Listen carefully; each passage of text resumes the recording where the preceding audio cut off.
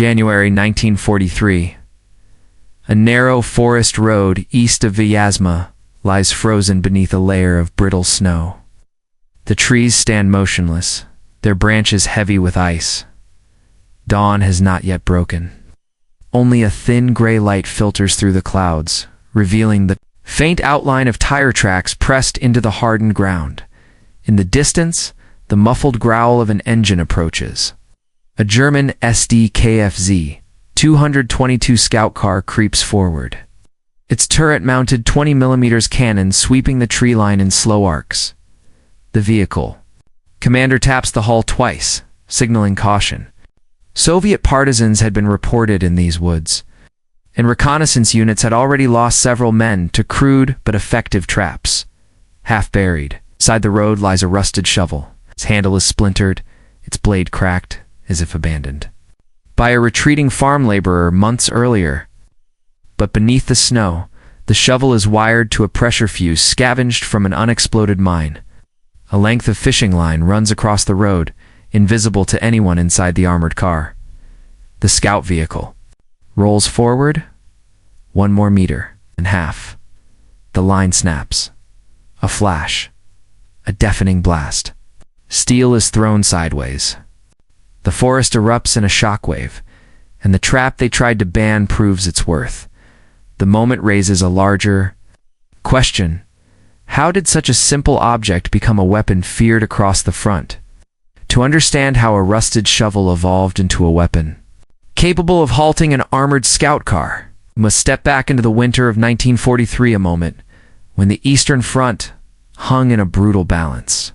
After the catastrophe of Operation Barbarossa and the grinding battles that followed, the Soviet Union found itself fighting not only with factories and divisions, but with every tool it could salvage from frozen fields and shattered towns. German reconnaissance units formed the cutting edge of Wehrmacht maneuver warfare.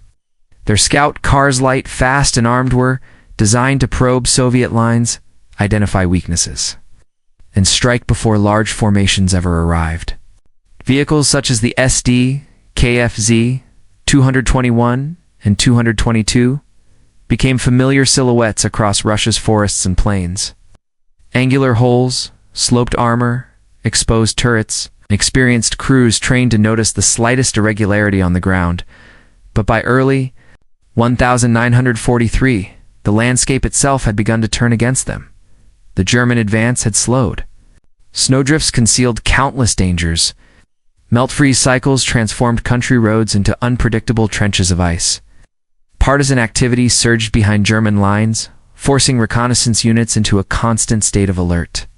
Every abandoned tool, every broken crate, every mound of disturbed soil could hide a mine. For the Red Army, the challenge was no less desperate. Ammunition shortages still plagued many sectors. Factory-made anti-tank mines TM-35 and its later variants had been consumed in staggering numbers during the battles around Moscow, Stalingrad, and Urzev. Sapper companies often received only a fraction of the explosives they requested. Commanders expected results despite a lack of standardized equipment. Improvisation was no longer an occasional tactic. It became a necessity.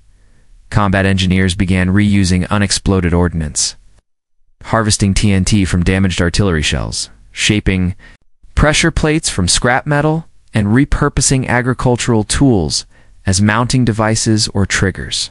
Anything with weight, leverage, or tension could serve a purpose if paired with the right explosive charge. By 1943, the front had become a vast workshop of necessity-based invention. Some of these devices were crude, dangerous even to the men handling them. Others, however, revealed strong mechanical logic-simple machines adapted for destruction. A shovel, for example, offered a broad surface, a natural pivot point, and enough rigidity to transfer force to a hidden fuse. In the hands of a skilled sapper, it could become a reliable, triggering mechanism, requiring no special parts. It was in this environment of scarcity and pressure that the controversial shovel trap emerged, although its exact origin is difficult to assign to a single individual. Soviet partisan reports and engineer diaries from several fronts describe similar mechanisms. Most involved a farm shovel or entrenching tool wired to a repurposed mine detonator. When pulled, stepped on, or tilted by the movement of a vehicle, the makeshift trigger completed a circuit or released a firing pin. The design varied, but the logic remained constant. Use what is available. German commanders, recognizing the increasing threat of improvised mines, introduced stricter scouting procedures. Reconnaissance cars advanced at slower speeds. Some units began sending dismounted infantry ahead of vehicles. Others attached wooden rollers or chains to the front of armored cars to strike potential tripwires. Yet despite these precautions, losses continued to rise. Improvised devices were unpredictable, hidden in ways standard mines were not. Some were embedded in hollow logs, some were concealed under hay. Others, like the rusted shovel near Vizazmo, were disguised as ordinary debris too mundane to investigate. For the Soviet engineers working in these forests, every trap was a small victory against a better-equipped enemy. Each successful detonation was recorded, studied, and quietly shared with other sapper detachments. Yet not everyone approved of these methods. Many officers distrusted improvised weapons. They feared accidental detonations, inconsistent performance, and perhaps most critically, the appearance of desperate, unprofessional tactics. Some argued the Red Army should rely exclusively on factory-made mines. Others insisted that survival demanded flexibility, and in the winter of 1943, as German scout cars roamed deep into contested territory, that debate reached a breaking point. The shovel trap's moment of proof was approaching, shaped by scarcity, shaped by pressure, and shaped by the unforgiving landscapes of the Eastern Front, and to grasp its contentious rise. We must explore the world that produced it in greater detail. The deeper story of the shovel trap begins not with the device itself, but with the shifting character of the Eastern Front in 1942, 1943.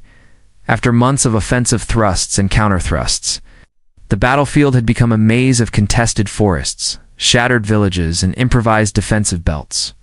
Reconnaissance units, once the swift eyes of the Wehrmacht, were increasingly forced to operate in terrain where speed no longer guaranteed safety. German scout cars were lightly armored, built for information gathering rather than direct combat. Their thin 8 to 14 millimeter steel plates were adequate against small arms, but not against mines. And mines were everywhere, factory-made or improvised, buried or suspended, mechanical or chemical. The sheer variety began to overwhelm even experienced reconnaissance crews. Reports from late 1942 onward mention vehicles lost to unidentified explosive mechanisms, a term used when the cause could not be categorized. For Soviet sappers, this ambiguity was an advantage. A trap that could not be easily classified, could not be easily countered, improvised. Anti-vehicle devices were officially permitted, but only within strict guidelines. Soviet engineering manuals emphasized reliability and predictability. A device that worked most of the time was not enough. Commanders needed weapons they could deploy in large numbers with measurable results. Anything outside the manual required approval, and improvisations were often met with skepticism. This skepticism was not unfounded. Early attempts at improvised triggering systems were notoriously unstable. Some used wooden pressure boards that froze and failed in winter. Others incorporated springs scavenged from farm machinery that snapped under low temperatures. There were accidental detonations. There were devices that simply refused to activate. Every failure reinforced the belief among traditionalist officers that improvised engineering was a distraction from standardized production, but pressure from the front forced reconsideration. In sectors where resupply was irregular or German, breakthroughs threatened rail lines. Improvisation filled critical gaps. Partisan detachments behind German lines developed their own systems, independent of Red Army regulations.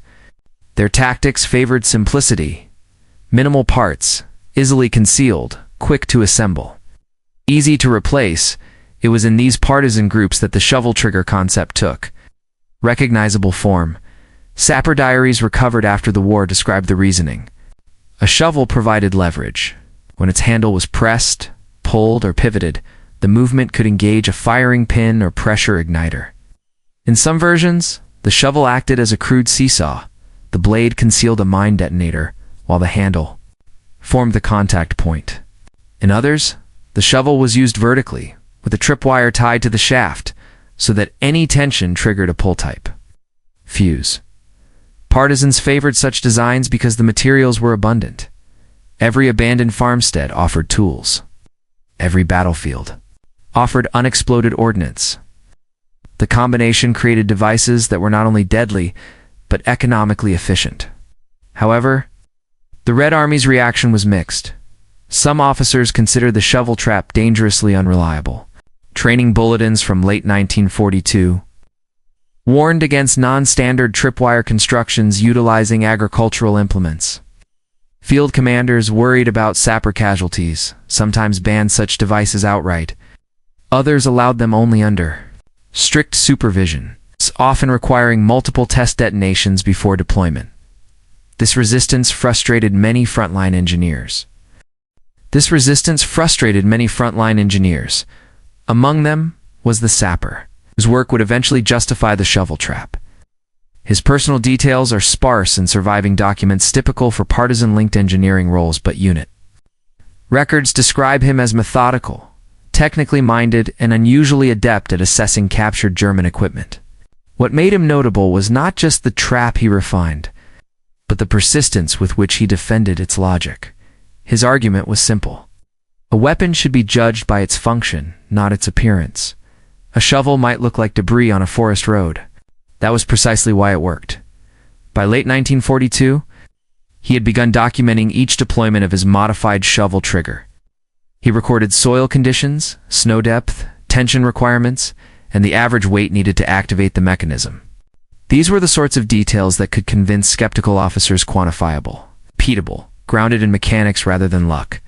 Still, acceptance came slowly. Only after a series of successful detonations in contested territory did his design gain attention beyond his detachment. Word spread through engineering units operating near Vyazma, Gotsk, and Yelnya. The trap was cheap. It required no rare materials. It blended seamlessly into the environment. And when used correctly, it was deadly. Yet even as its reputation grew, the higher command remained hesitant. What would finally settle the debate was not a written report or a field experiment, but a single moment: a German recon car rolling over a frozen road on a January morning, and a rusted shovel buried just beneath the snow. That moment would turn controversy into confirmation, and to understand the full weight of that transformation, we now shift toward the varied angles that shaped the shovel trap's place in the wider war. Angle 1, the human angle. Ingenuity born from scarcity. For the men who fought as sappers and partisans, ingenuity was not a heroic ideal, it was a matter of survival.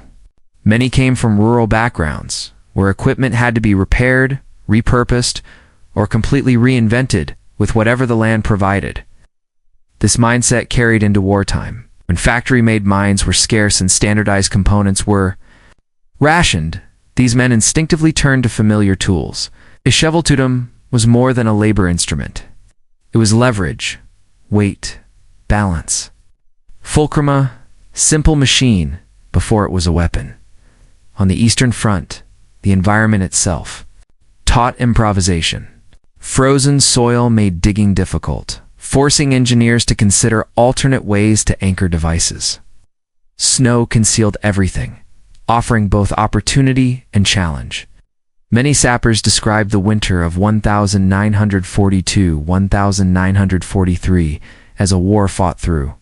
The ground, where each step carried risk and every patch of earth could hide danger. It was in this harsh landscape that human creativity flourished, not because commanders encouraged it, but because necessity demanded it. Improvised traps emerged from individuals who had spent their lives solving problems with whatever lay at hand. These men did not think in terms of regulations or doctrine. They thought in terms of physics, pressure, angles, and what could be assembled from a shed, a workshop, or a ruined barn. The shovel trap was a reminder that on the front lines, the most decisive innovations often came not from factories, but from ordinary soldiers, forced to think laterally. And it was precisely this human resourcefulness that laid the groundwork. For its tactical value on the battlefield, angle to the tactical angle. Denying movement to recon units, German reconnaissance doctrine depended on mobility. Scout cars probed ahead of infantry columns, identifying ambushes, artillery positions, and hidden concentrations of Soviet forces. Deny the scout car, and you deny the entire German advance its vision. Soviet commanders understood this principle. Even a single disabled scout car could delay an approaching unit by hours, forcing them to reroute, reconsider, or deploy infantry to clear the area on foot.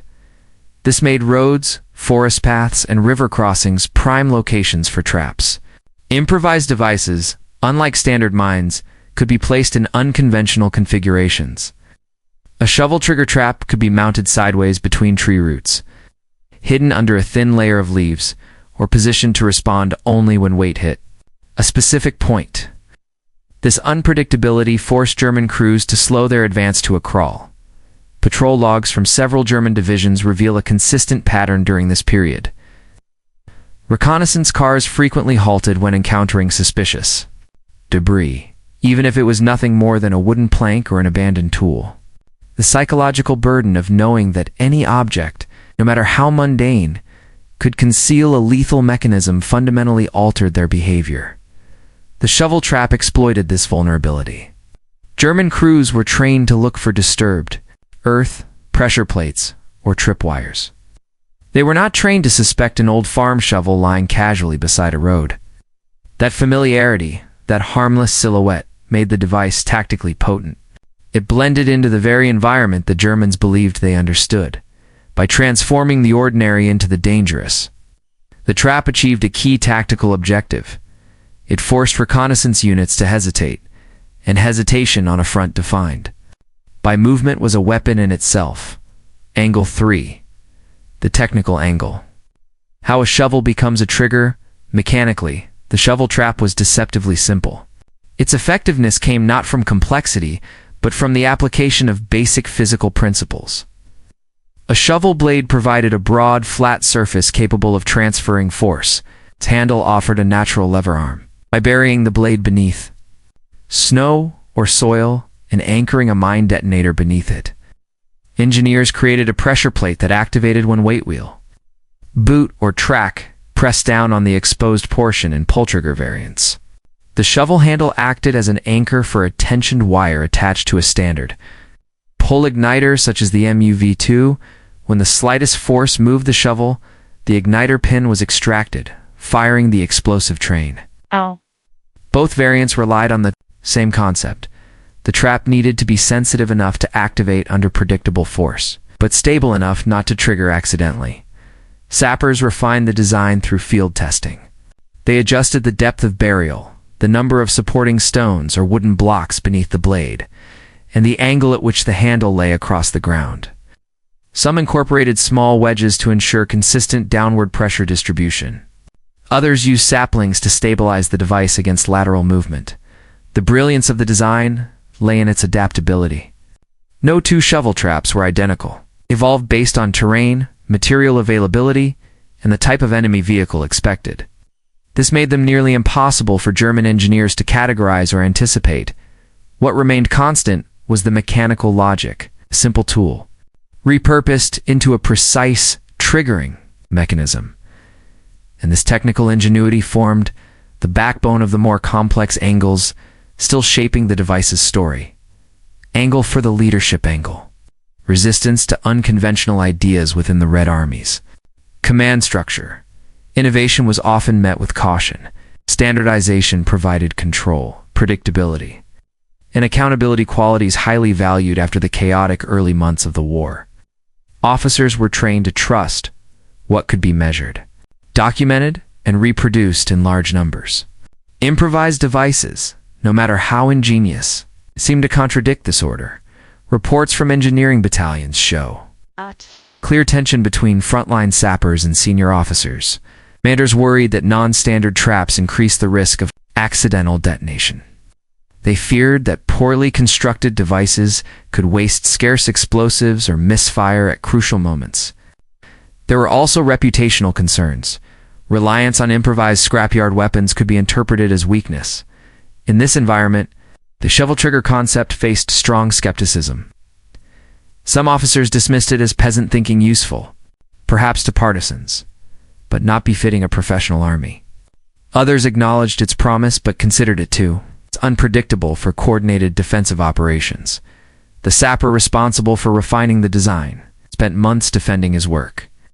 He documented test results, gathered testimonies, and demonstrated successful detonations under controlled conditions. His findings were clear. When built correctly, the device was reliable. But persuasion came slowly. Approval remained conditional.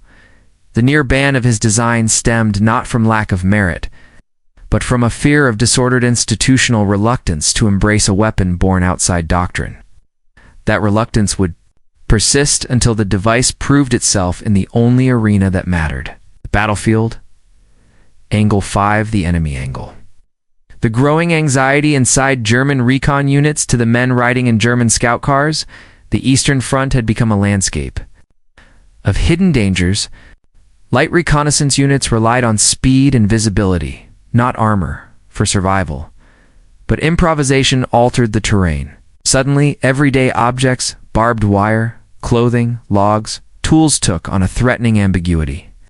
Field diaries from German recon crews reflect a gradual shift in mindset. Early in the campaign, the environment seemed predictable. Mines were buried in open ground, marked by disturbed soil or uniform patterns. But by 1943, after encountering countless improvised devices, crews learned that anything could trigger a blast.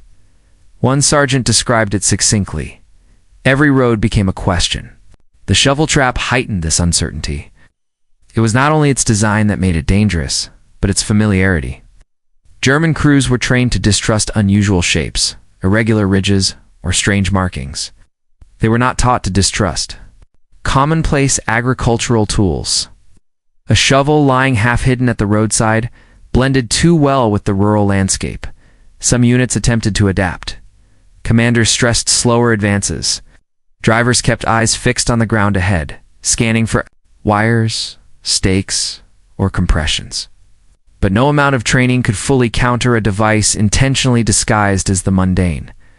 A momentary lapse, a single second of misjudgment was enough. This growing anxiety shaped the psychological battlefield.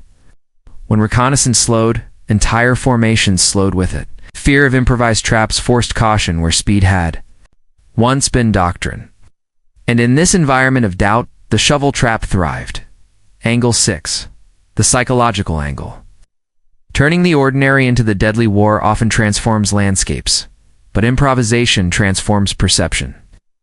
The shovel trap represented a shift not only in tactics, but in psychology. By weaponizing an everyday object, Soviet engineers altered how both sides viewed the battlefield.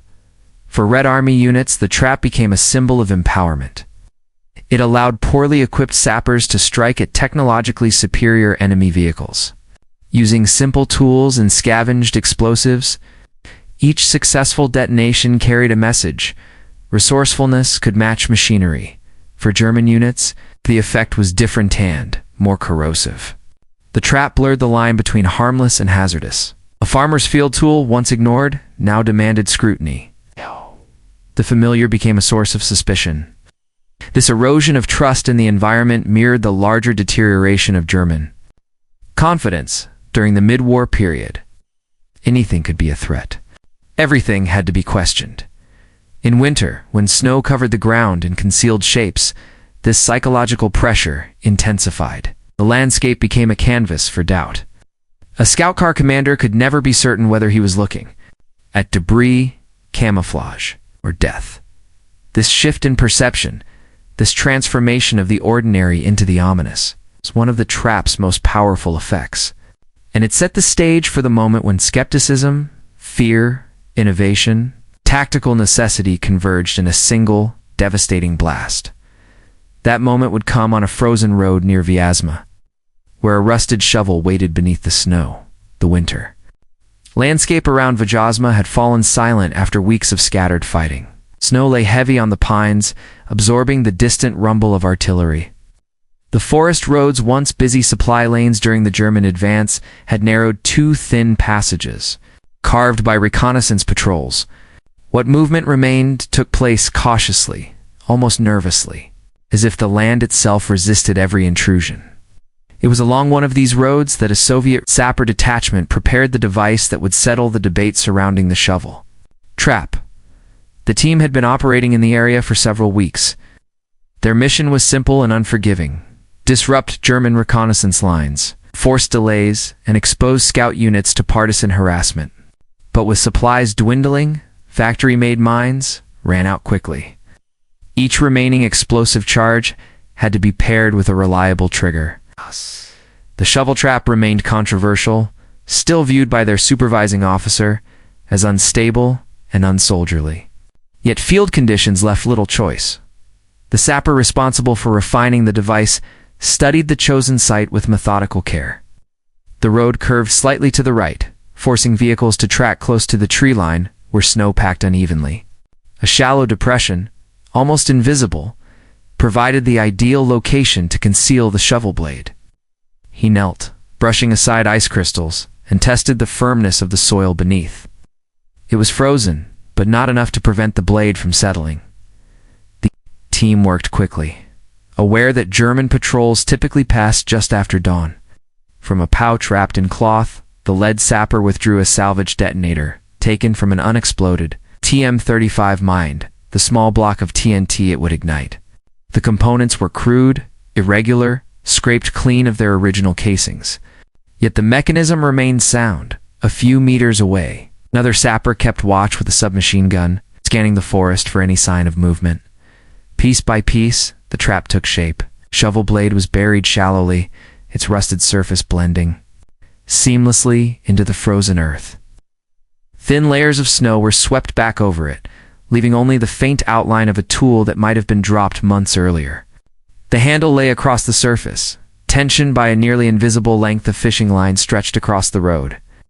To a passing vehicle, it appeared no different from abandoned equipment left behind during the chaotic autumn retreats. The lead sapper crouched low, testing the line's responsiveness. A gentle pull triggered the slightest shift in the shovel's angle, just enough to press the detonator. The design was simple, effective, and precisely calibrated. He allowed himself a moment of satisfaction. Not pride, there was no room for that on the front, but confirmation that logic, testing, and necessity had produced a working mechanism. He signaled to the lookout. The team withdrew into the forest, spreading out along predetermined positions. Snow muffled their steps until they vanished among the trees. Minutes passed. The forest remained still. Then the distant hum of an engine broke the quiet. The sound grew, low and steady, unmistakable to anyone familiar with German reconnaissance vehicles. A light armored car, moving at reduced speed, its driver weaving cautiously along the narrow road. The men in the tree line recognized the pattern immediately: the slow, rhythmic acceleration of an Sd.Kfz 222 on patrol. Visibility in winter forests was deceptive. Shapes moved in and out of shadow. Engine noise echoed strangely between the trees, but the sapper team held their positions, each man waiting for the vehicle to round the curve. At last, it appeared. The scout car crept forward, armored hull-coated. In frost, tires grinding softly across compacted snow. The gunner scanned the tree line with practiced discipline. The commander leaned forward in his open-top turret, scanning the road surface for signs of tampering. His eyes passed over the shovel without a second thought. Why would he suspect? Yet tools lay everywhere in rural Russia. Farmers had abandoned fields in haste. Laborers had dropped equipment when retreating before the front. A rusted shovel was part of the landscape too. It's familiar to be threatening. The scout car rolled closer.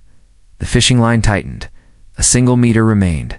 The driver adjusted slightly, guiding the vehicle toward the inner edge of the bend, exactly where the sapper predicted. The front wheel brushed against the nearly invisible line. It snapped instantly, releasing the shovel handle. The pivoting motion drove the blade downward, compressing the detonator beneath. There was no time for the crew to react. A flash burst from the roadside as the explosive charge detonated with violent force. The front axle absorbed the impact, shattering under the blast. The left wheel tore free, flinging fragments of steel and ice across the clearing. The vehicle lurched sideways, lifted momentarily as the concussion rippled through its hull. The sapper's trap had worked. Asterisk, but the full weight of what it meant for the skeptics. For the engineers, for the unfolding war was still to come. For a moment, the forest seemed to freeze with the scout car. The blast echoed between the trees, sending loose snow cascading from branches in slow, drifting sheets. Shards of metal clattered against trunks, followed by the crackle of ruptured wiring and the hiss of damaged fuel lines. The Sd.Kfz 222. Once a symbol of speed and tactical reach, now lay crippled on its side. One wheel embedded in a crater of shattered ice and frozen soil. Inside the hull, confusion reigned. The driver had been thrown against his controls, dazed but conscious. The vehicle commander shouted for orientation, but smoke and dust clouded the cabin.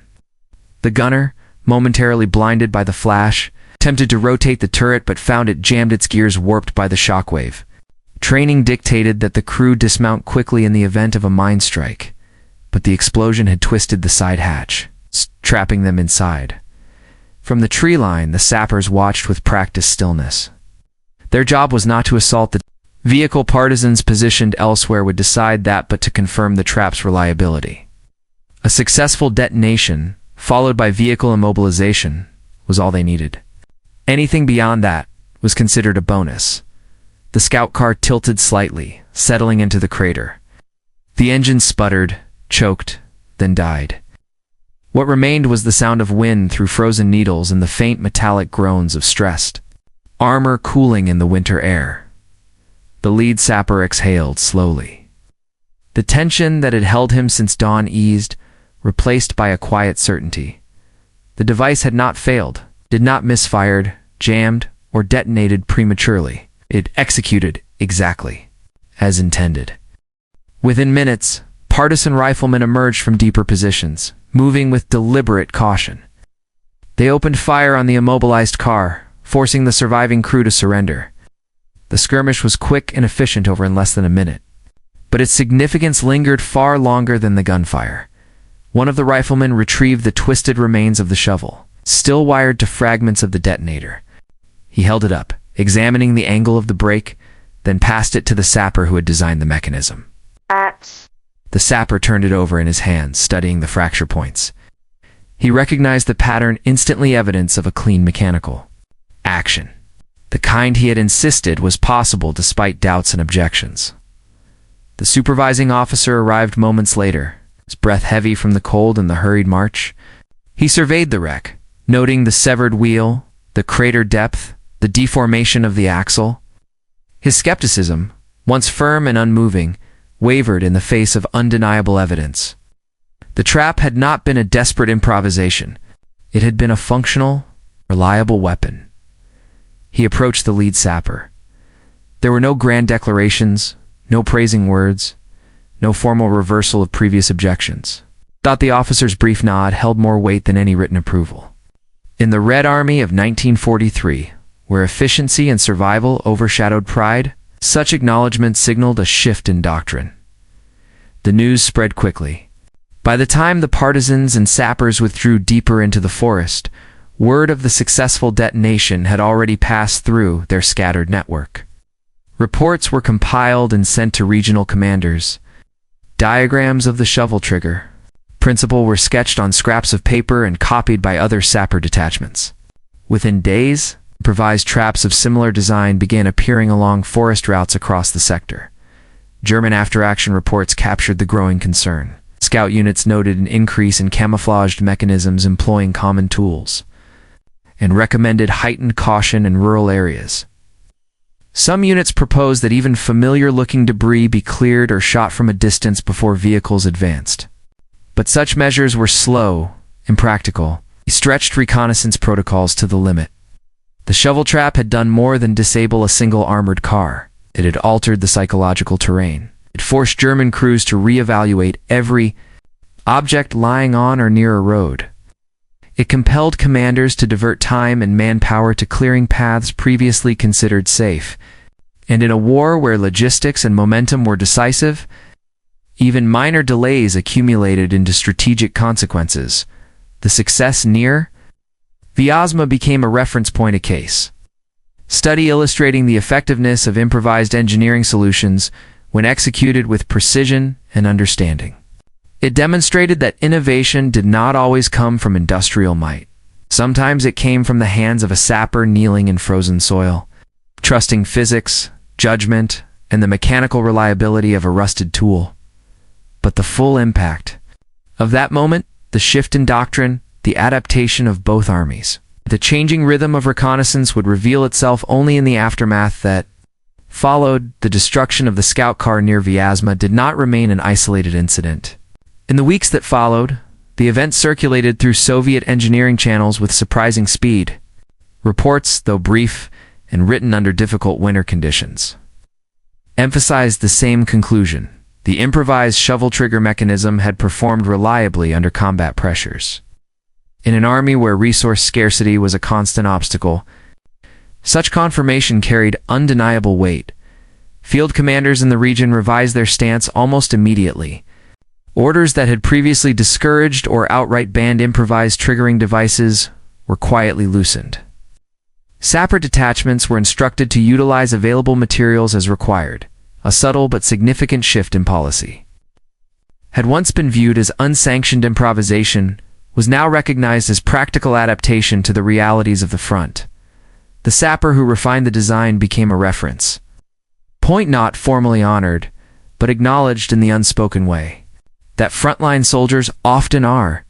When new engineering units rotated through the Vyazma sector, they repeated the story with minor variations: a rusted shovel, a precise mechanism, destroyed scout car, and the officer who had once doubted it, forced to reconsider the device's potential.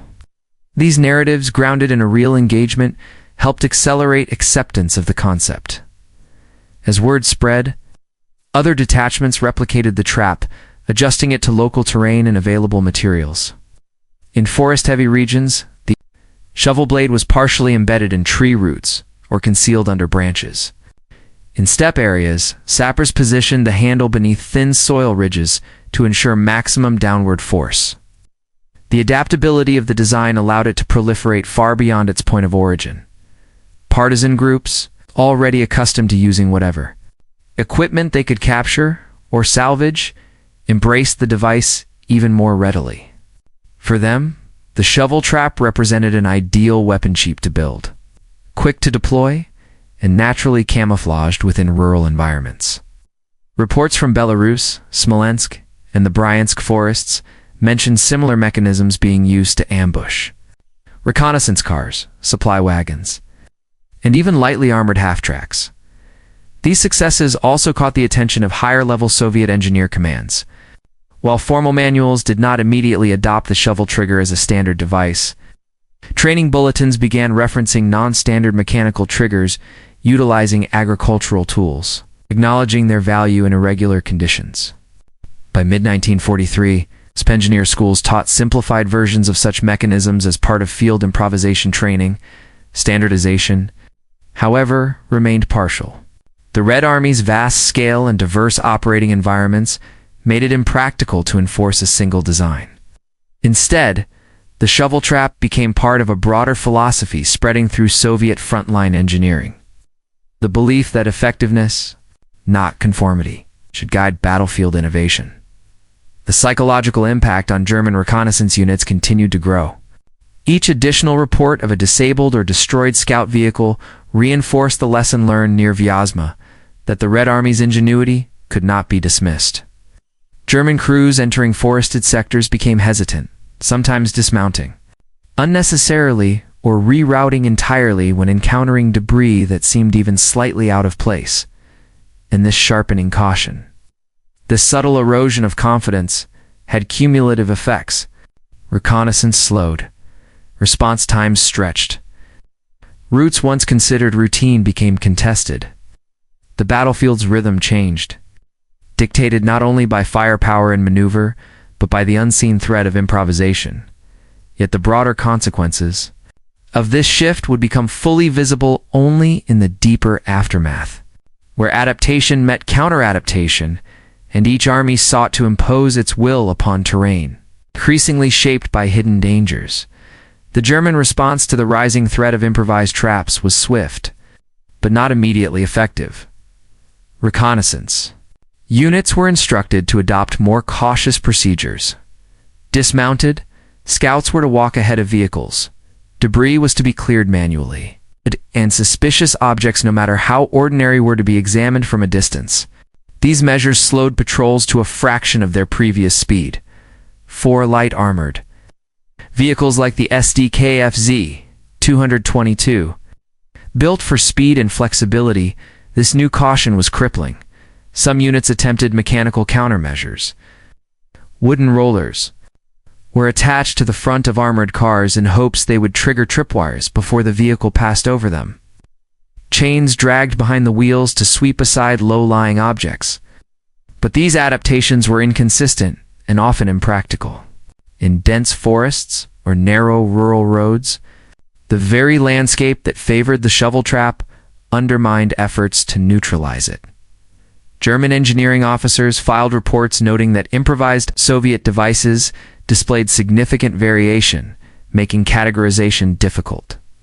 Unlike factory-made mines with distinctive features, shovel trigger traps employed unpredictable materials and configurations.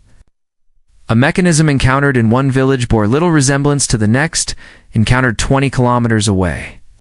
This lack of uniformity complicated both detection and training. Statistical assessments from German divisions operating east of Smolensk and around the Bryansk forests showed a noticeable increase in reconnaissance casualties. During early and mid-1943, many incidents were documented simply as mine-related, but operational diaries often included comments hinting at improvised origins, irregular components, unknown triggers, or mechanical action from concealed objects.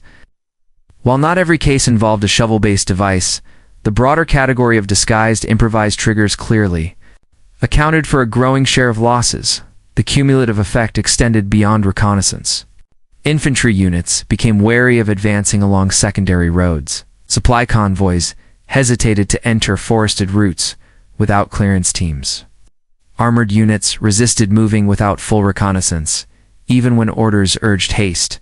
Improvised traps reshaped tempo.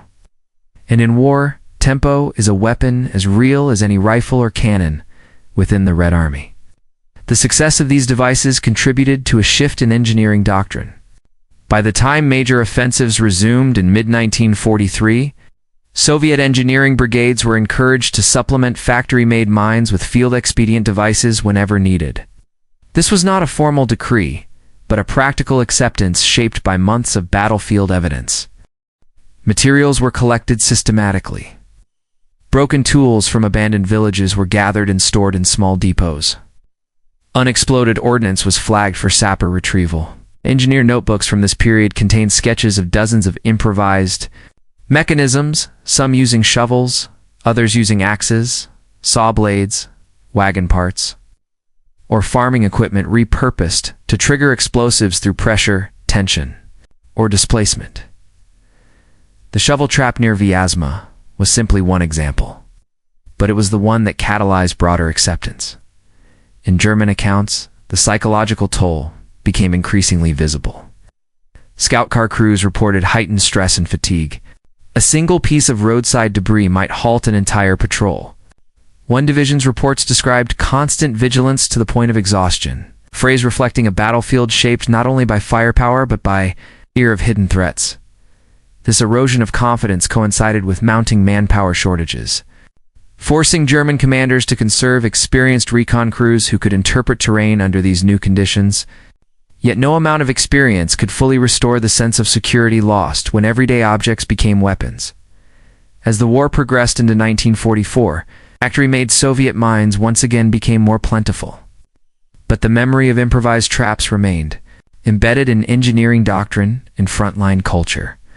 Even when standardized equipment was available, sappers often preferred the flexibility of field-built devices tailored to local terrain.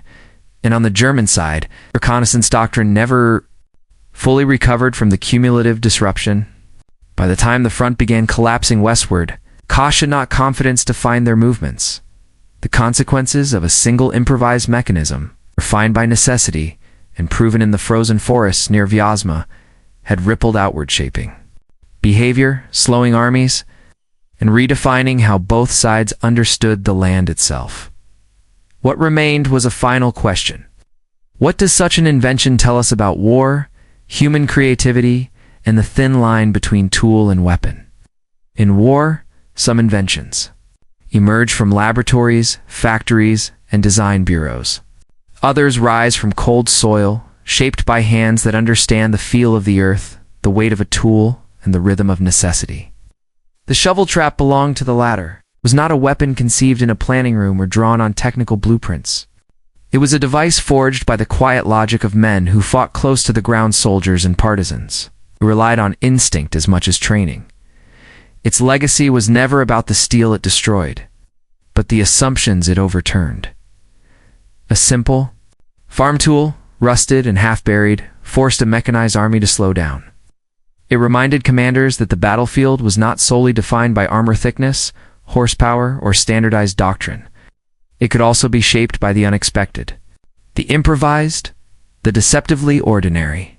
The shovel trap blurred the line between the familiar and the lethal, revealing how quickly war transforms the landscape into something both unpredictable and deeply human. For the sappers who developed and defended the concept, its validation was not a moment of triumph, but of clarity. It proved that innovation does not always come from abundance. Often, it emerges from scarcity when the need to survive outweighs hesitation. And when even the simplest object can be reimagined into something with purpose. For the German crews who encountered it, the device represented a different lesson. That confidence in the terrain could never be taken for granted. Every road, every shadow, every object became a possibility. And in that shift of perception, they often focus on its grand offensives, massive tank battles, and sweeping maneuvers. Yet the war was also fought in the quiet spaces long narrow forest paths, through snow-choked villages, beside tools abandoned in haste. There, the ingenuity of a few could alter the movement of many. A weapon may be simple. Its impact rarely is, and sometimes in the vast machinery of war. It is the smallest invention, the rusted shovel in the snow, that leaves the most enduring imprint. If you found this story of battlefield ingenuity compelling, consider supporting this channel's work in bringing lesser-known chapters of military history to light. Every view, every comment, and every shared discussion helps preserve the memory of those who fought with whatever tools they had, whether steel from factories or shovels pulled from frozen earth. Subscribe to follow more true accounts of strategy, technology, and the human decisions that shape the course of war. Your engagement ensures these stories remain alive,